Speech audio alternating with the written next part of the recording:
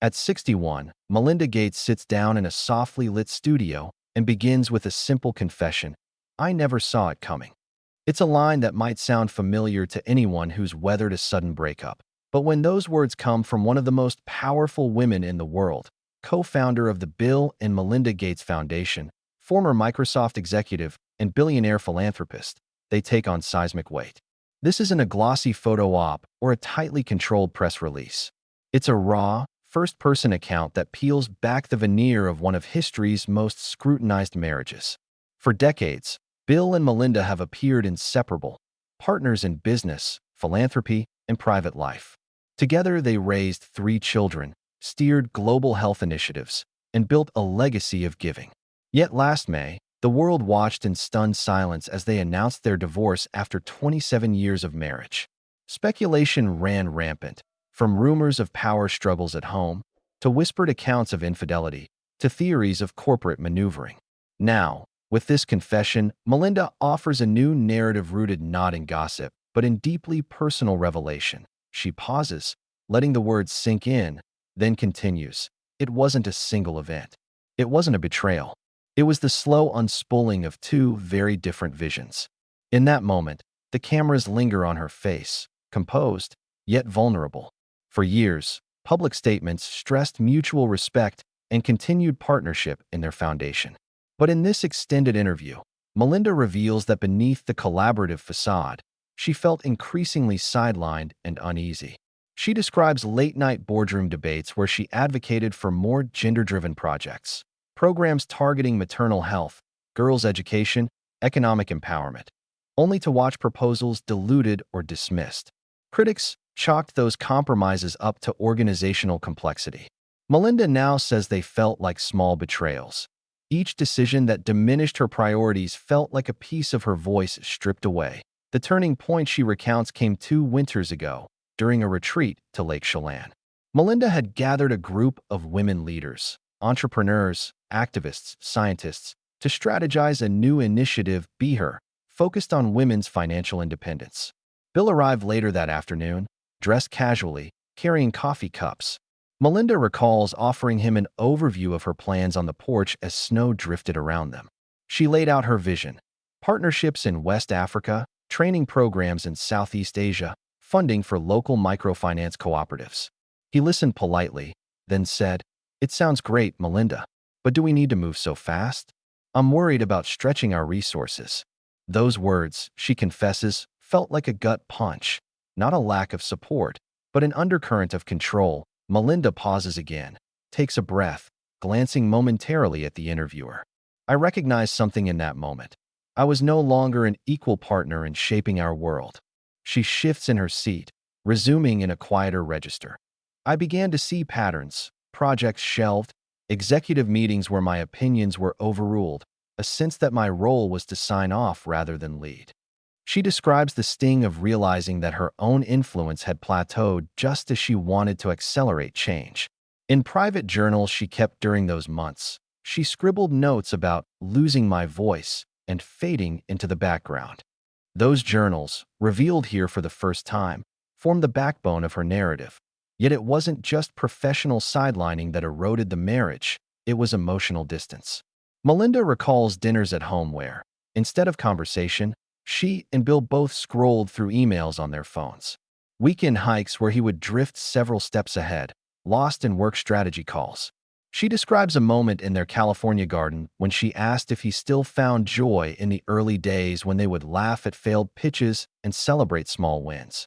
"He looked away," she says, voice cracking. He didn't have an answer. That silence, she explains, was louder than any argument. It spoke of diverging paths, his trajectory charted by global agendas and high-level diplomacy, hers guided by grassroots impact and individual stories.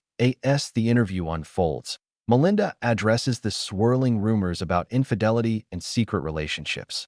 She dispels them firmly. There was no affair. There were no hidden lives.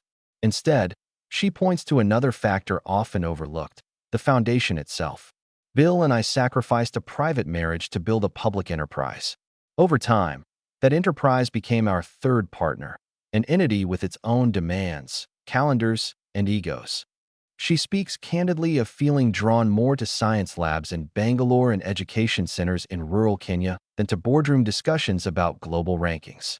She admits that her passion for hands-on work made her restless in a marriage increasingly tethered to protocol. Despite the pain of these confessions, Melinda refrains from bitterness. She frames her decision to divorce not as a moral failing, but as an act of self-preservation and, perhaps paradoxically, of compassion. Staying together because of duty would have hollowed us out, she says. We both deserve the freedom to pursue our passions unguarded.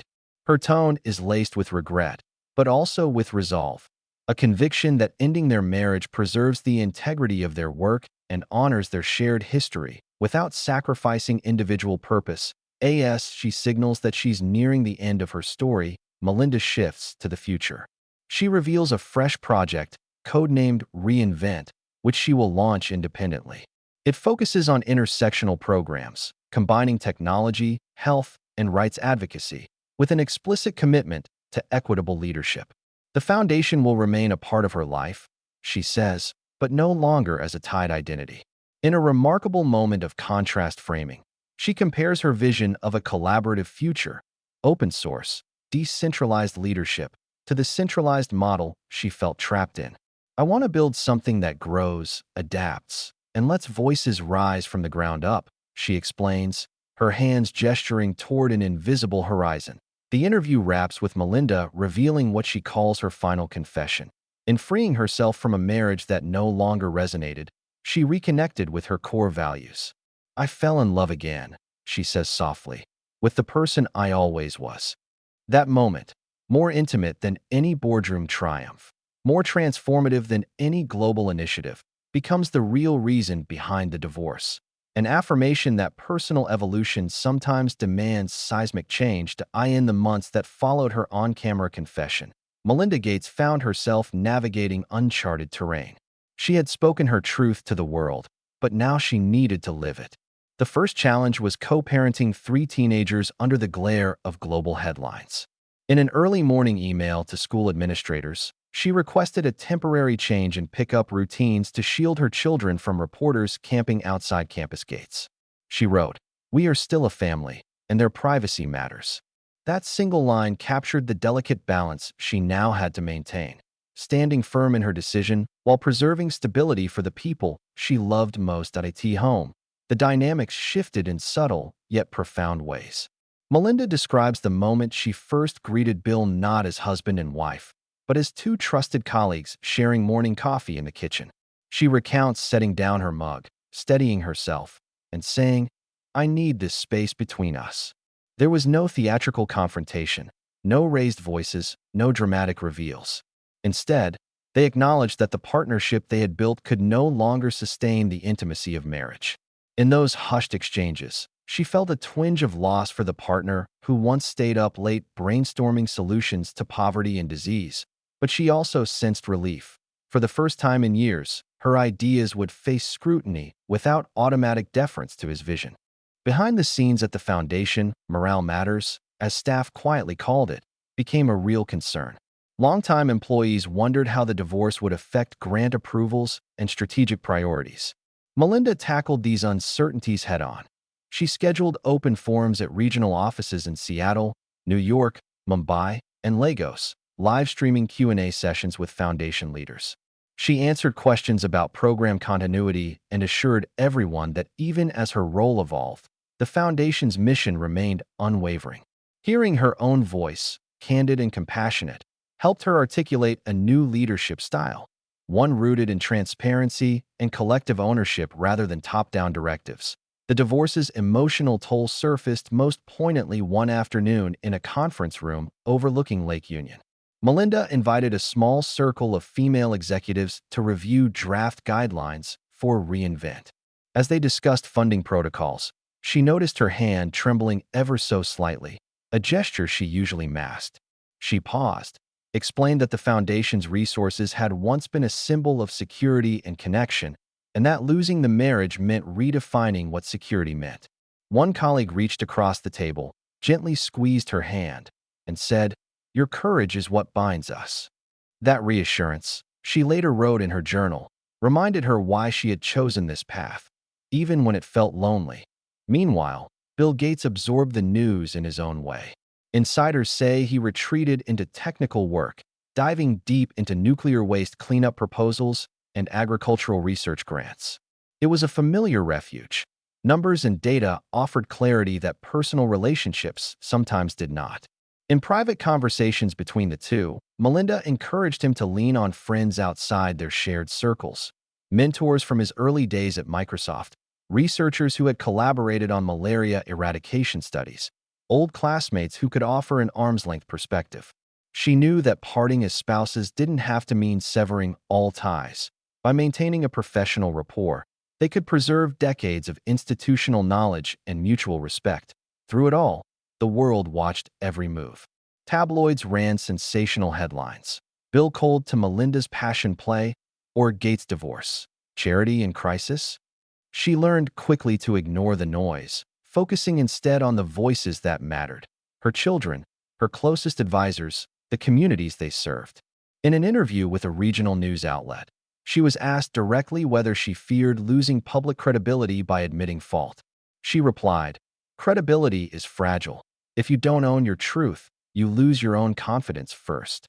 That line became a rallying cry among women's leadership networks, quoted in newsletters and shared at conferences as a reminder that vulnerability can be a source of strength rather than weakness. As summer arrived, Melinda embarked on a listening tour across the United States, traveling to Native American reservations, rural Appalachia, and urban schools in Chicago.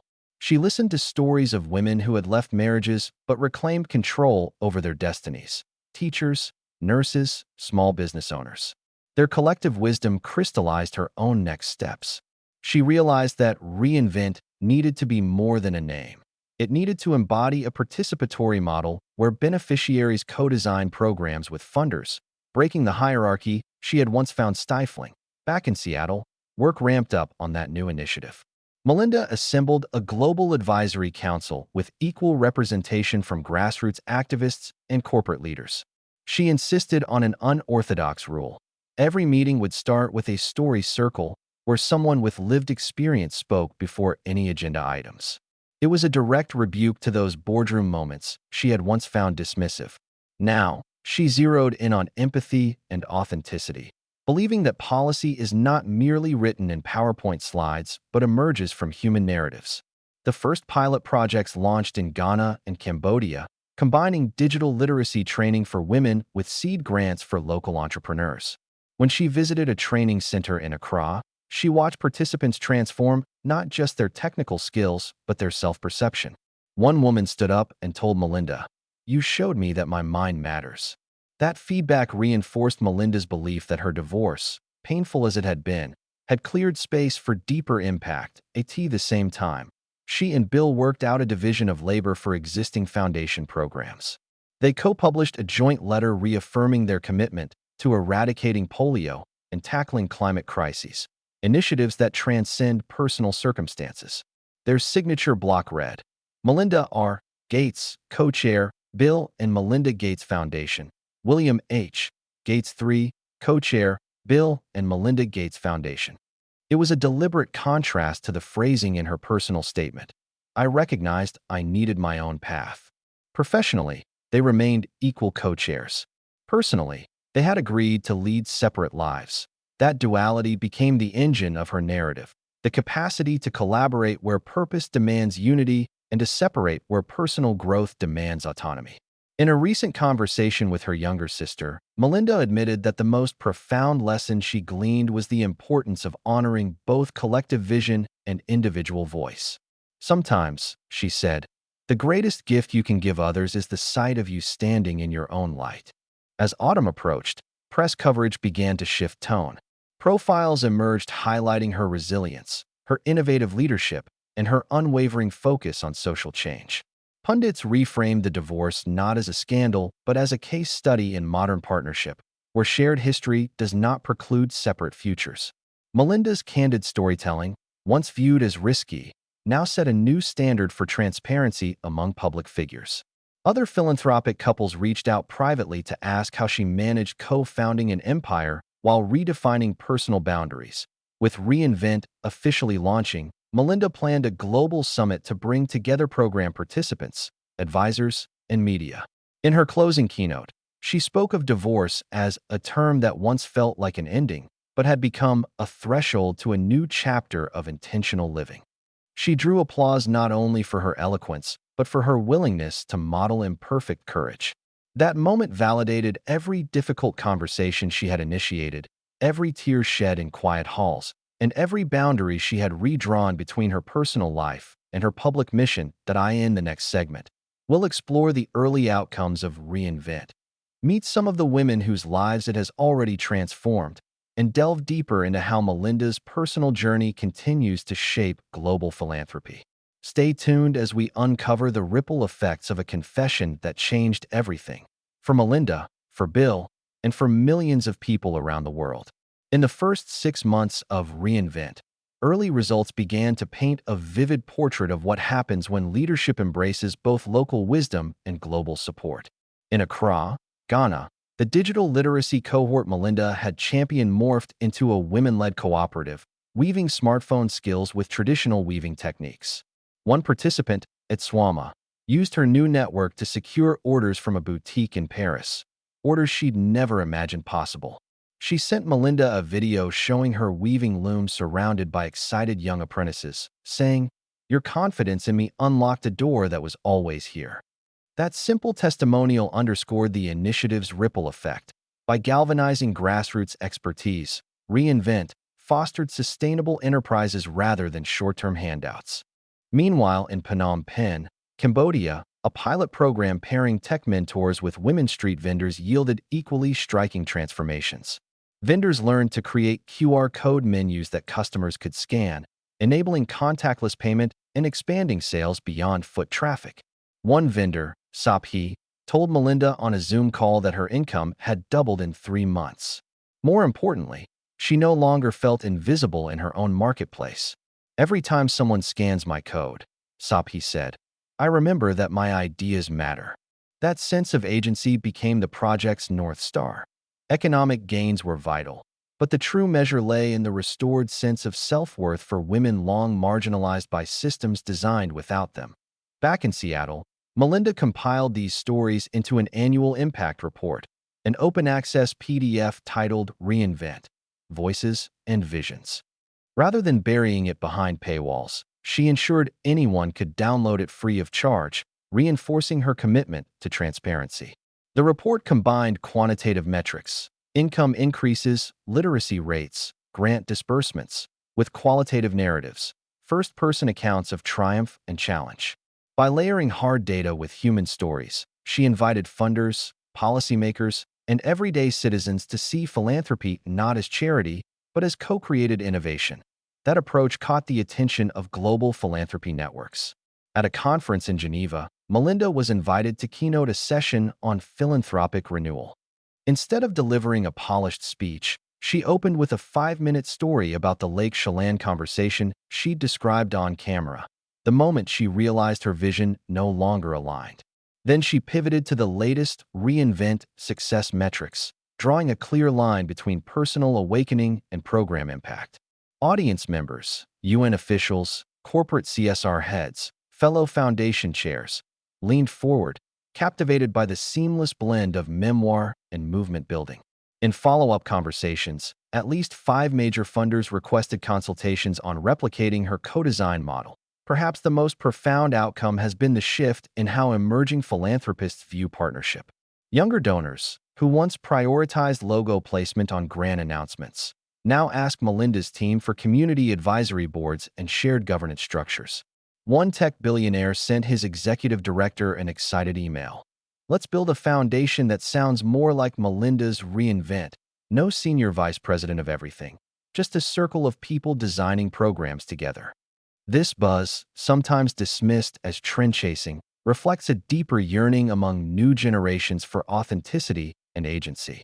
They've watched Melinda's confession and subsequent pivot as a blueprint for avoiding the pitfalls of top-down giving. On a quieter front, Melinda has maintained personal connections with program leaders. In late fall, she traveled to Nairobi, meeting with a women's health coalition leveraging mobile clinics, to reach remote villages.